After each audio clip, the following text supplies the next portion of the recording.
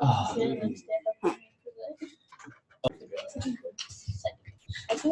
Oh.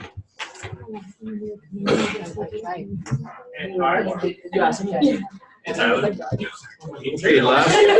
I was playing last. I am. Thanks a lot. I get to hold it. Yes. I get to keep it. Extra credit. No. I'll give it back.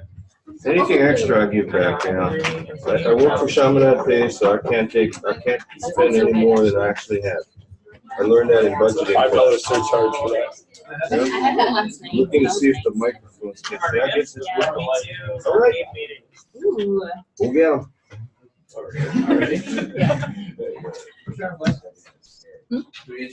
You can. Leave the overhead things on. Maybe this summer what we'll do is we'll do a kind of like a sabotage kind of thing. We'll take that switch and disconnect these spotlight thingies, recess lights, and then just hook it up to the first one. Because that's all you need to turn off. But then again.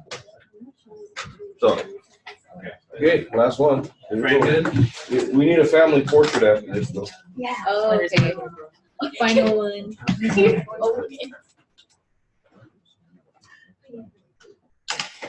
Welcome, everybody, to the presentation, Finding a Sustainable Path for Iraq. We are the Chaminade Consulting Group. My name is Kai Emilio Rivera. I'm Herlin Antonio. Hi, I'm Angelica Bernoff. I'm Eric Shire. And we are Chaminade Consulting Group.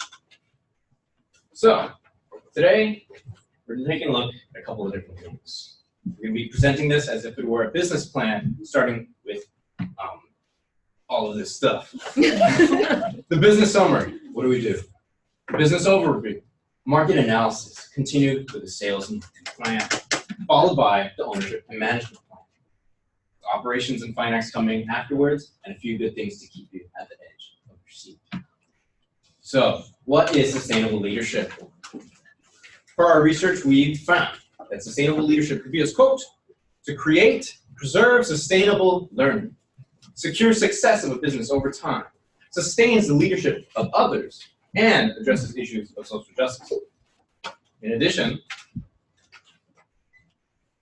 it will develop rather than deplete human and material resources, develop environmental diversity and capacity, and undertake activist engagement with the environment. With that, we present IRAC.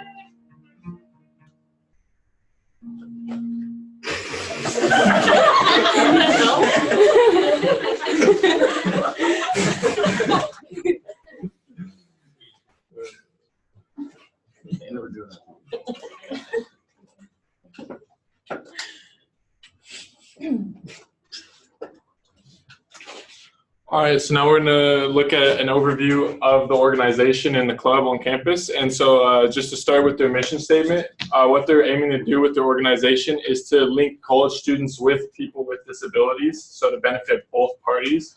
So it's to take people that wouldn't normally get to interact with college students on a college campus and take college students who wouldn't normally interact with people with disabilities in like their typical lives and give them the opportunity to get together and form relationships with each other to benefit both of them and help both of them grow. And so some of the core values for IREC is first respect, so learning to respect each other, respect the differences, understand each other. Inclusion, so to include everybody in different things, not just have opportunities for one group or another, have everybody be included. And acceptance, so accepting everybody regardless of their differences and making sure everybody's a part of Ohana as an Ohana Club. And so now we're going to look at their legal structure and their management. And so IREC has the characteristics of a nonprofit organization. So what this means is they pretty much act as a nonprofit, but they're not an official nonprofit organization. When they did start up, they did have a grant of $10,000 that they received. That money is since now gone. It's been spent on various things for the organization, but they don't receive any more grants. That was just for the startup when they did start up. They do break even every semester, so they don't profit, they don't save money, they don't expand the business with this money. They merely take in the money that they're given and they use it, put it back into the organization, back into the members. They have no goal of making a profit. They're completely service focused, so they're completely focused on their members and on the students and giving them the best experience possible. So the management for IREC, they're governed by a board of parents now. So there's 4 parents that run the organization. Dr. Poolstreet was the one who started it, and she is now like one of the members on the board.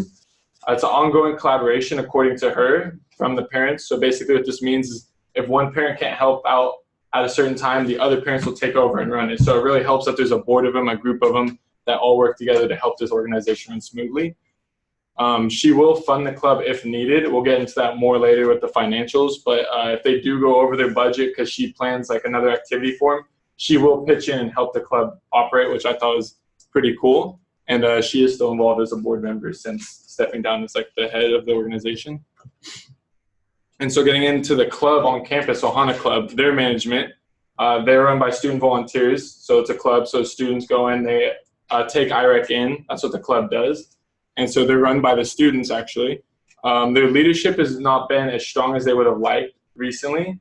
So they're looking at getting their leadership more strong, more identified, getting a better path for the club to help IREC. We already have a student that's volunteered to be president for next year. So we're looking into how we can make that work for IREC and work for the club. This is important because the students are pretty much like the huge part of the mission. They serve as powerful role models for IREC and for the people with disabilities. It's the whole point of them is to get students and them together. And so it's very important that there's strong leadership with the club. They offer guidance for the members of IREC other than the parents. So what kid wants to just listen to their parents or their mentors, just tell them what to do all the time? A lot of kids get tired of that. They don't want to hear it from the same people all the time.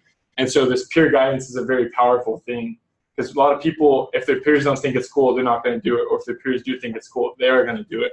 And so an example I've had, like I've seen in real time, is one time when I was in the weight room.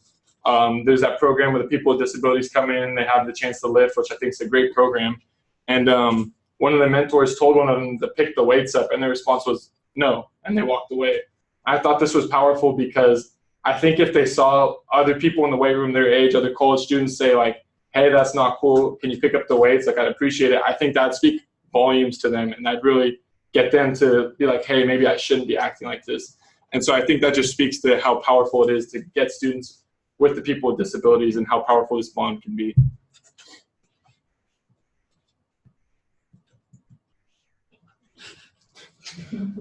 And so now we're going to look at the previous proposal that has been done for IREC. And so the previous proposal was 3 major options they could go, like 3 directions they could go with the organization. And so they could have worked with another organization was one of the suggestions. So that'd be them partnering with another nonprofit and aligning their goals. And so this would allow them to operate under that other organization. They could have become a standalone official nonprofit, which would have involved a lot of work. There's a lot of pros and cons that could have been done, but this would allow them to have a lot more freedom. And there's staying with Chaminade and interacting with a club or with campus ministry, which would keep them tied with the university. And so this is the proposal they pretty much went with, as they are still like working with Ohana Club. And this was like identified as the best proposal for them because their mission is to link students with these people. So this proposal obviously makes it a lot easier to get students involved with the organization. The history of IREC. IREC started in 2001 by Professor Spoolstreet because of Ethan, her son, and shortly after they worked with Easter Seals, and Easter Seals is a nonprofit organization that works with people with disabilities, and they help IREC get grants. And 2014 is when Professor Spoolstreet was approached by some students in Chaminade to start a club with IREC, so that's when Ohana Club started. And 2016 is when Professor Spoolstreet retired, and that's when the board to govern the organization started. Clubs. We got some statistics about on-campus clubs from Mitch from OSAL. In the fall of 2018, there was 27 clubs. In spring 2019, 26 clubs. And we found out that the most popular clubs on campus are cultural clubs due to because it allows students to share traditions and learn different cultures. And another is service learning clubs for academics and community service purposes. And clubs are more likely to succeed from what we found out is from people passing it along. So majority of the clubs on campus are still here because of people telling them. And one of the clubs that does community service and is a community service club is Ohana Club. Ohana Club is a campus, or they are connected with IREC by helping them by providing the facilities, because they're the ones who invite IREC on campus, and they're a club that majority of the people in Ohana Club are people who need community service or service learning as their hours, or just people who wants to help like in Ohana Club and just help them around the operations. Like I said before, it operates as a club on campus, which they meet every Fridays at 3:30, like pretty much after this class, in the Henry Courtyard. And they do different activities like arts, or sometimes they watch movies. And on Thursdays, they are in the Silver Sword Cafe at 5:30, and they do board games and just eat dinner at the cafe. And this is an example of one of their schedules from this spring semester. They usually start off the year doing tie-dye, and then they do different things. And usually they have different clubs come and join them, but this semester there hasn't been because of the lack of communication with them. And on the left, that's an example of one of the activities they did actually last week. We did with them. The shell that you see there is actually a donated shell from one of the parents of the participants. So they usually use stuff that are reused or that don't cost too much and easy for the participants to do, because some of them can't do hard stuff, so they try to make things as easy as possible. That's another example of us doing the work that we did last week. And next we're going to talk about financials. So on the next slide, as Eric has mentioned, the startup cost was $10,000. So what happened to that cost was IREC used to work with Eastern Seals, which is also an organization that works with people with disabilities, with families who are veterans or related to military. So what happened was Professor Spoolstreet needed help to continue as a 501c3 organization, and Eastern Seals provided an employee for them to help Professor Spoolstreet, but they ended up using the $10,000 to pay that employee. So now their new source of revenue would be the membership fees from each applicant. So each applicant pays $25 per semester, and there's 12 participants. So they have a $300 budget for the whole semester. So their expenses are about $20 per week. So Professor Poolstreet would buy snacks and a drink for the participants. And also during 2001, which was the same year that the terrorist attack on the Twin Towers happened, that's when Professor Poolstreet wanted to build a recreation center for the 10,000 that she had, but she didn't want to ask for donations while other fundraising events were going on for that particular event in history.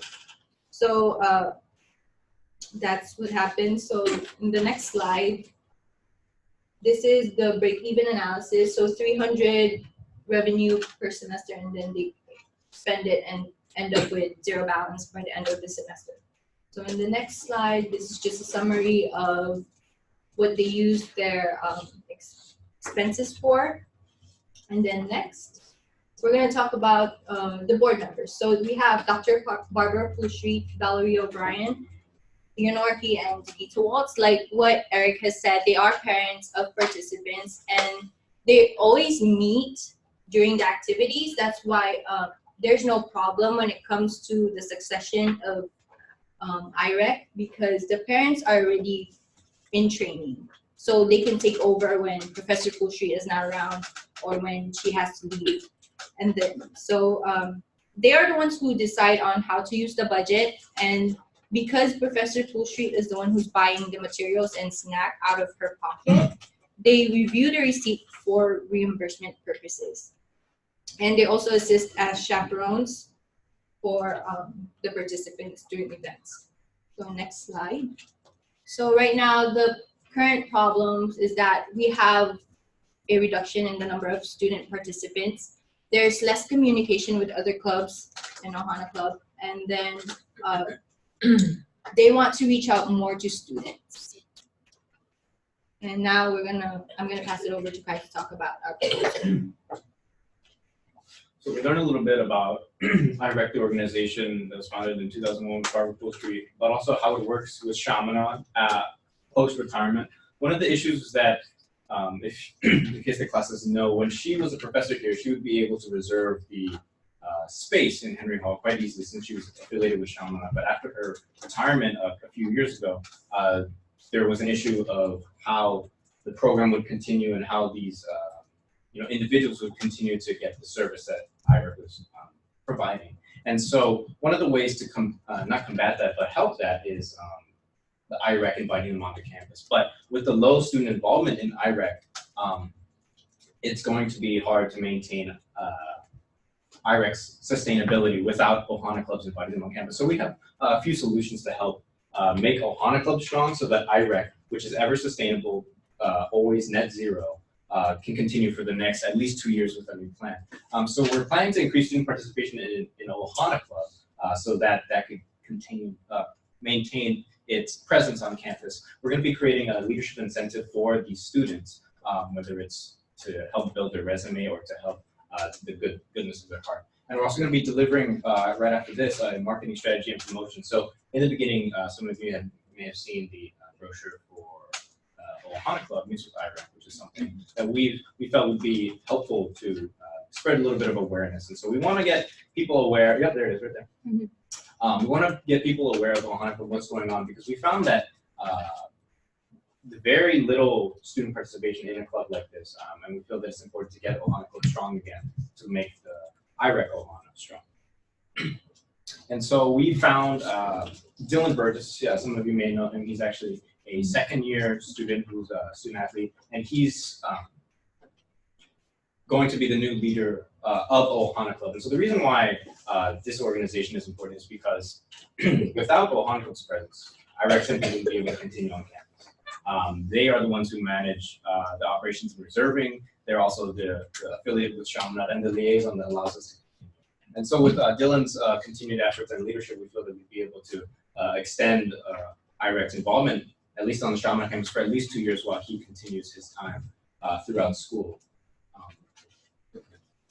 Okay, and then next week, so we created some marketing materials so that we can give to Dylan so he can use it to promote Ohana Club and IREC more on campus. So in the next slide, we have we are going to be highlighting the core values.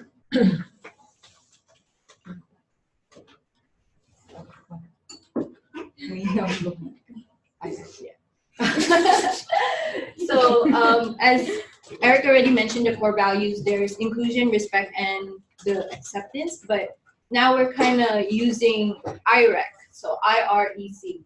Inclusion. What is inclusion? So inclusion is to eliminate the feeling of being shut out.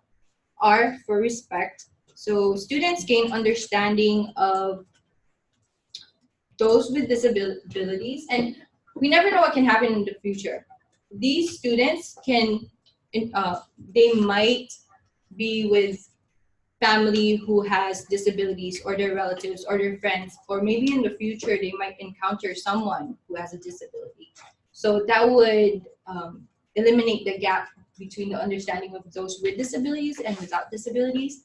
And enhancement, so the socialization skills for the students, of the participants with the students. And then we have community acceptance.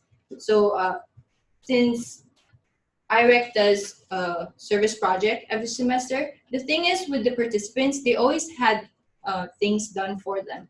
But the service project gives the participants the opportunity to do things for others. So that helps them see where they fit in the community.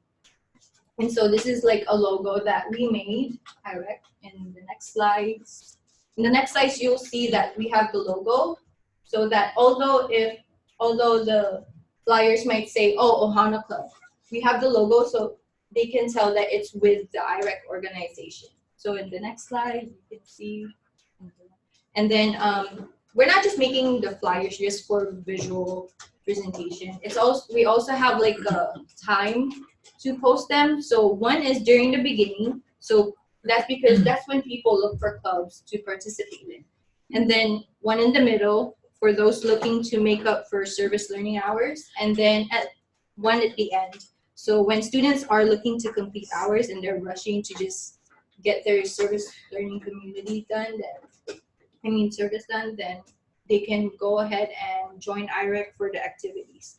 And then next slide. So we've shown you the brochure.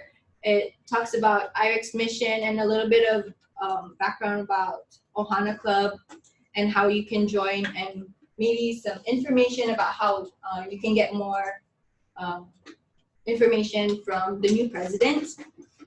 And then next we have the video that we created for IREC.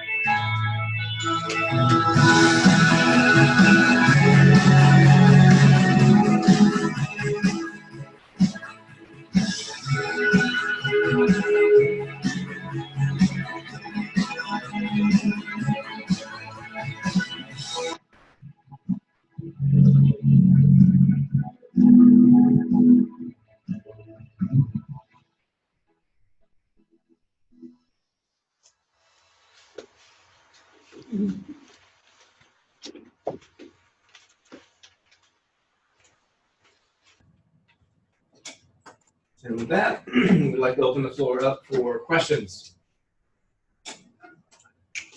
You turn the light down.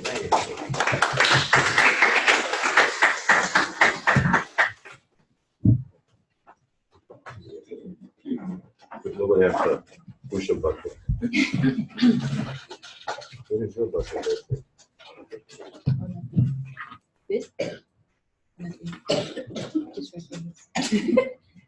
Oh, you mean, Thank you. I especially want to get Eric in the picture. Since he's at the same height as everybody else. is it in there? So, somebody's asking a question. So you guys described the acronym and what IREC actually stood for. Did you guys make that up and come up with it on your own, or is it actually the actual acronym? No, it's not the actual acronym. So we just came up with it. I saw the core values, and it pretty much, some of it was part of IREC. So I just used that to represent IREC. It actually means inclusion recreation. Okay. So you guys had like a hands-on experience with them, yeah? Can you Yeah. speak to like the experience, like what you guys learned or how you reflect on it? Yes, I actually wanted to add, say a quote from Dr. Coolstreet. So we did an interview with her, not one-on-one, but 3-on-1. But she said, like she talked a lot about the values of being with those who have disabilities. So she said, I would like to quote, if you look at somebody who you always consider below you and you realize how much worth they have, you have to value yourself more. So that was really it was very touching, because that's what IREC is all about. So it teaches us to value ourselves, those are others around us, and our community. So you mentioned how there's like a new president and stuff. I don't know if I missed this, but is there like a requirement for like who they pick as their new president every so often? No, it's usually someone who asks, or Full Street usually asks who wants to be, because there is a little bit of people right now. So she literally asked Dylan if he wanted to, and she had like a one-on-one with him and talked about it.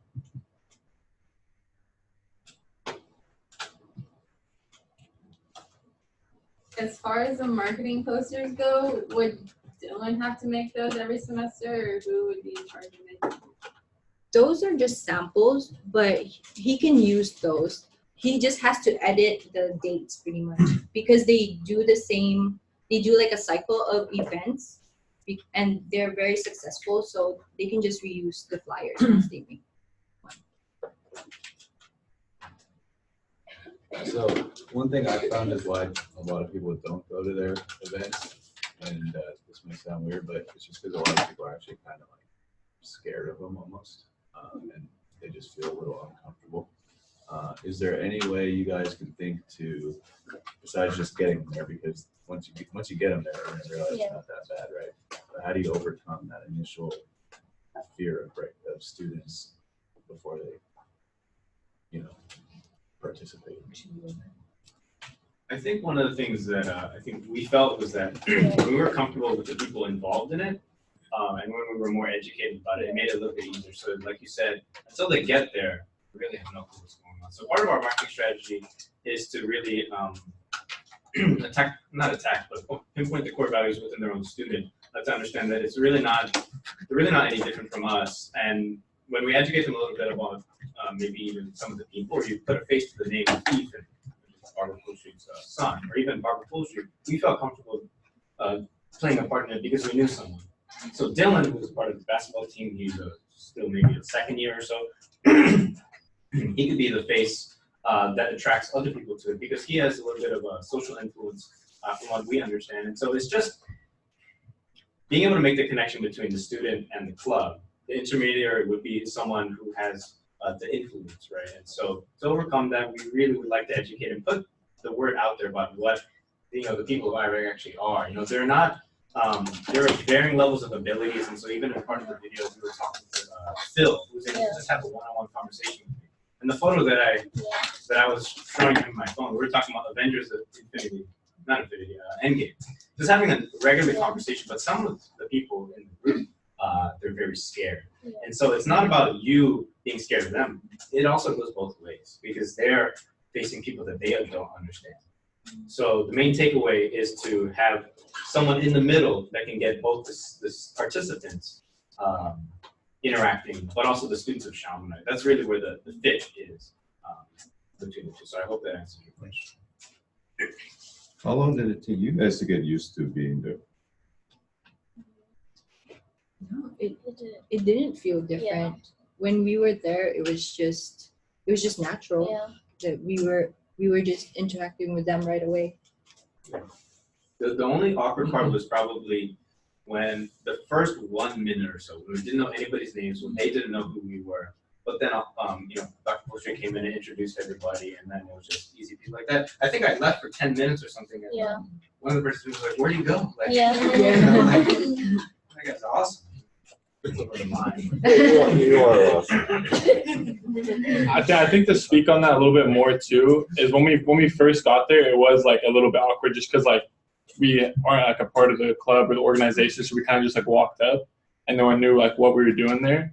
But immediately when we got there, like Pool Street and some of the parents that came up to us invited us to do arts and crafts with them, so it was really easy to get involved with them right off the bat. And so they offered us like supplies because they had extra. And so it was really easy to sit down and help them work on their arts and crafts or do our own and talk to them about theirs, show them ours. So they made it really easy and like to interact with them and understand what they were doing. So I thought they did a really good job with that. And it wasn't as hard as it might seem to understand like how they think and what they were doing. How many of you all have gone to school where they mainstream people? Mainstream is the old way of saying there were not separate special ed classes. There were not separate special ed schools. And if you went to school where there were disabled individuals, developmentally disabled individuals, that you saw on a regular basis in class or going to class at the same time in the same place as you? And a separate class. Yes, but they were on the same campus at least, right? They had the same time schedule for classes? Because many of us, I know nowadays, go to schools where they are totally segregated. Right? They go to a different place, they're in a different school building, or a different school altogether, which contributes greatly to this idea of fear or just being concerned because you don't know them, right? Just like if you go to any new area, I mean, hell, you go down to Kalihi, I think you would be scared, right? Because you don't know anybody, but once you get to know a few people, it's not too bad. But once you get accepted by a few people, and once you accept them, it's not too bad. I do have a question, and I'm going to wait around for an answer, I guess. So, the beginning of this semester, I asked you, what were the 5 characteristics of Marinist education? Now, this is a service learning class, right? That's what it says, that's what you have to do, and that's what you did. I just came from a discussion about that, and one of the things that they asked was, what if you had to prove that you understood what the 5 characteristics of Marinist value of higher education were before you could graduate? And you actually have to demonstrate that in some fashion in the academic form, because that's what we're talking about at lunch today with some guys, some other teachers. We have to do assessment about this. I remember, and I told them, I said, back in 1989, the accreditation body that came, the WASC, they wanted to shut us down. And one of the things that they asked was, what is this thing that you have in your mission about Catholic Marinist values? And nobody could explain it. This is the faculty, this is the administration. Somebody went so far as to say, one of my colleagues who's no longer here, who retired a long time ago, thank God, said, well, we have these Marinists, they're brothers and they're priests, and if students want to know about Marinist stuff, they go do stuff with them. And you're going like, wait, this is part of school's mission, so how could it not be something that's going to be incorporated in every class? So how do you see projects like this? You talked about a few of them already, and everything that you've kind of like looked at, because you were looking at nonprofits, all the way back to when you did the Drop Everything project for Stepping Stones Cafe, which was essentially, remember, for people who were mentally ill. how do those things, or did you from those activities get a better understanding of what Catholic Humanist education is all about? I mean, you shouldn't all nod your heads, but tell me how. If somebody give me an example. Again, what were the five? Faith. Formation of faith, Education. an integral quality education, education in the family spirit, service, justice, and peace, and adaptation and change. Okay, that's our platform, all right? So if you're an athlete, that'd be like, you know, I played baseball back in the day, way back in the day, and basically what they said you had to do was hit the ball, catch the ball, and throw the ball. The better you got at hitting the ball, catching the ball, and throwing the ball, the better off you were as a player. So those are the basics for that sport. As an analogy, the basics for Chaminade and Chaminade's mission are those five characteristics. Did you learn anything from this project that you were engaged in? Not just this one, but each and every one of them that had to go out and deal or learn something about the community, whether it is about graffiti art in a cultural, in a cultural background, whether it was about civic engagement at a school that says that it's all about the community, whether it was about a cafe that was on Maui that you may never have seen, but you know that it deals with those who are mentally ill and thus less able than we are. Whether you were engaged in Kupu or some other organization that fits in. Well, some of them are naturals, right? Kupu is clearly something that you could easily relate to with Native Hawaiian values because that's their whole gig. But how did you see the principles of Catholic Humanist education incorporated into your work? Spirit. How so? I would say like just in terms of organizing, like the mural pieces, a lot of it just came down to like mentorship and guidance, and so that was a lot of like treating someone else like they were your own and guiding them to make sure that they succeed. So for you all, you clearly must have had some kind of revelation, no? I mean, you did come to the conclusion that people are people. These people were no different than you were. Did Dr. Poole Street have to tell you that? You found that out on your own. Good. So you started to adapt some of those Catholic Humanist education values in this process.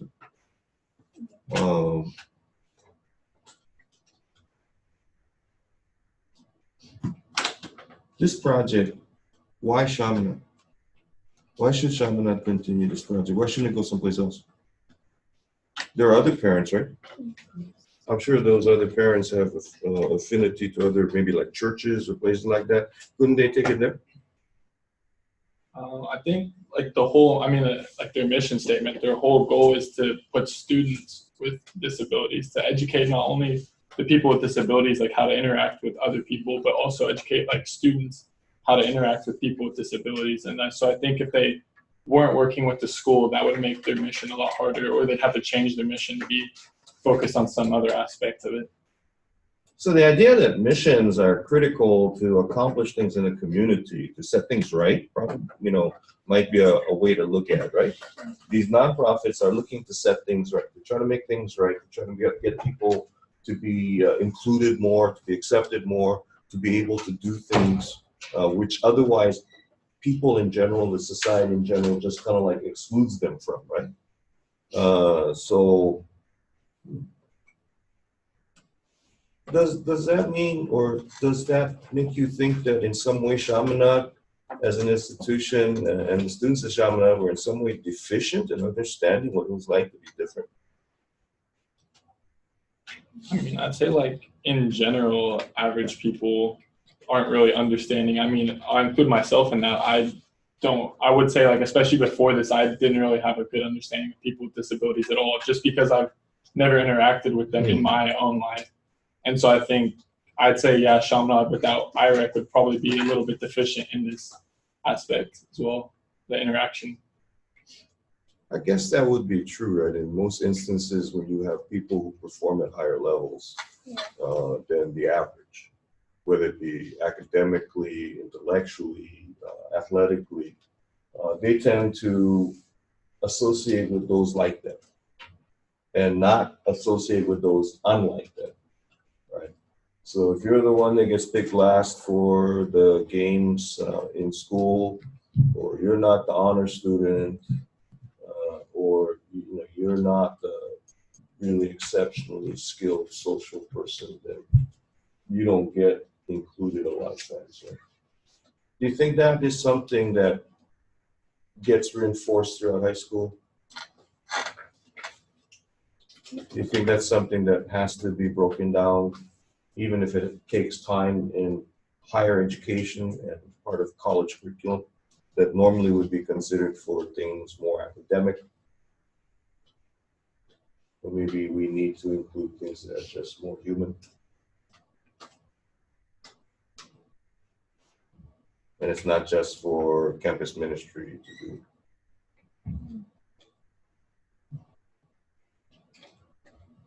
One of the interesting things about that group in particular, and I don't think it's too much different than most other groups, when you start taking a look at nonprofits, everyone that you looked at, you saw that there were certain leaders that stepped up to the front and they took over. They coordinate, they do the things that are necessary to make sure that the organization runs, that people get paid, that the lights stay on, that the service gets done. Doesn't that get really tiring? Because you're not going to get paid much, right? I mean, you already understand that there's pretty much of a gap between what you can do, some of you that I'll relate to, like CPAs, what you can do for money outside in a for-profit context versus what you can do in a not-for-profit context. So, how do you develop, one of the things that you'll have to think about, and you might end up being these things, how do you develop the next generation of leaders? So you got a guy there that's going to be here for 2 years, but that's only 2 years. Is that really a mark of sustainability? When Dylan graduates, what's the succession plan for the next person? Where does the next person come from? And how much effort is going to have to be exerted to get that next person? Versus, like, hey, there's some jobs that there's always somebody willing to take over, right? And it's kind of like a given that somebody will step up because there's certain incentives and rewards that are available. Whereas other jobs or other things, because what I was going to mention actually was that Barbara Poole Street and Valerie O'Brien also are the coordinators of a group of disability individuals or developmentally disabled athletes called the Ducks. They're the ones that are in the weight group. We brought them in there 25 years ago. Sad to say that now we kind of like have been asked to leave. So, we're not paying anything, so I guess we can't really expect to stay around. It was really hard that the parents wanted them, thought there was a right that they had. I'm going, no, you don't pay tuition, so you have no right to be in this place. So, let's just put that on the table now, and let's not feel like the school's doing anything to hurt you. It might just be a matter of necessity. As you found out in a lot of these projects, there's a lot of liability that's going on, right? Especially since it's a service learning project, and y'all could have died. Anybody died? Anybody out here because they died? I hope they signed the waiver if they did. If you guys didn't sign the waiver, please do. There's still a couple of weeks of school. There's still a week of school left. I don't want to take any chances just in case. No, I better not say that because sometimes it happens. But, no, not to you guys. But when they both decide, you already saw with Dr. Poole Street, she left here, she retired, she's 70, she's deserved to retire. But there are also people that have those developmental disabilities that also deserve to have a better life. to have things to do, things to look forward to, places to go, new people to meet, people that they know to regularly reacquaint themselves with and meet them on a regular basis. But because Dr. Coolstreet leaves, and Ethan is her son, then the whole thing seems to collapse, right? Because you had a timeline up there, Ohana Club, and then Dr. Coolstreet retired and there was nothing, and then you had the parent board, and then now you're trying to get Ohana Club again, which seems to say maybe something is not going to continue necessarily with the parent board, right? Not that that's happening or you found it out, but that's what the timeline seems to imply. You had Ohana Club, you had Dr. Coolstreet retiring, and now you're trying to get Ohana Club again, and there's a gap. What's to say that there's not going to be another gap later on, right? And this is a valuable endeavor. This is something that we should look to see if we could sustain. Like businesses, you look for sustainability, right? You look for ways in which you can keep the business operating. And we're not all like Tesla, when they get a couple $100 million infusion in a week or so by issuing more debt instruments, bonds, right? And we don't have to. These guys don't have to be like Tesla. Apparently, they work off $300 for the program. But $300 is still $300. So after Barbara and Val, I don't know the other two people. Would they put in $300? You think they might? You think they might not? Did you ask them?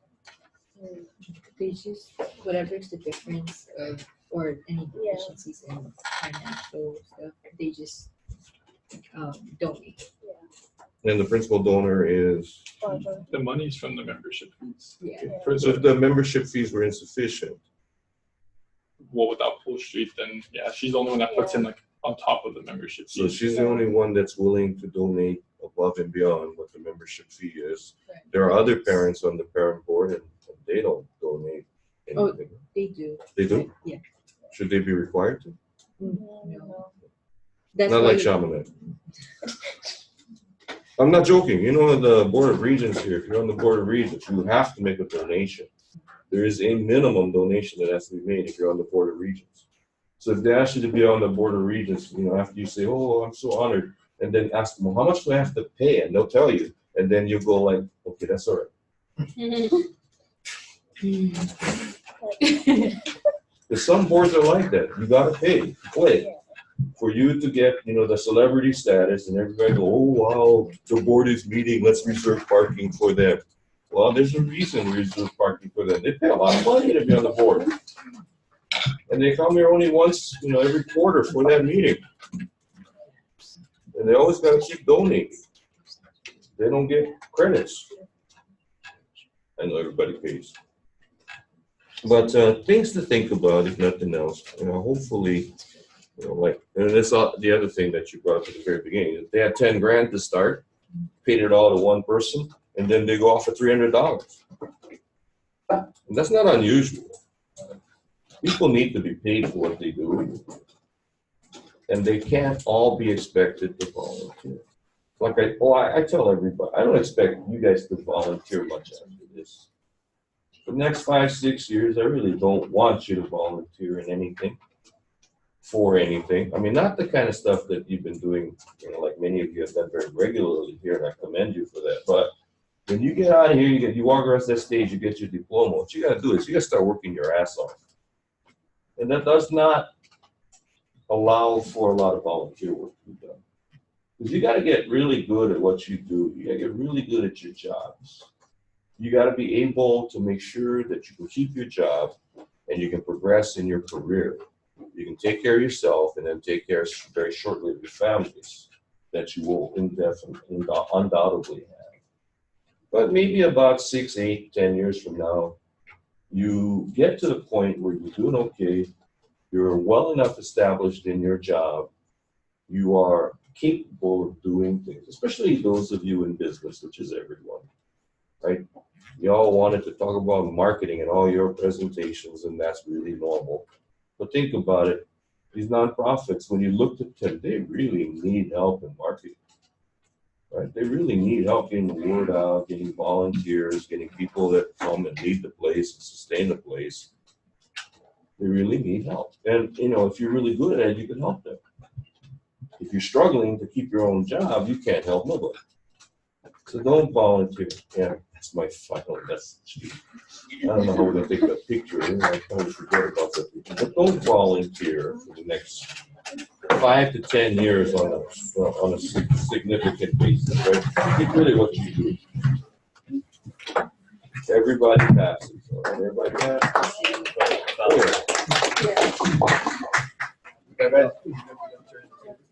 No. That's what I'm about. Oh, is it due Thursday? Everything's due Thursday? Next Thursday. Stay with you. I think that's it. Oh, y'all need a photo. My boyfriend's outside. You can take it for us. All right, we get it. We have a boyfriend. She has a boyfriend? What? How'd that happen? You got him. To prove he's real? I have a question. So, let's say someone in our group hasn't contributed something. Then hopefully you wanna document it.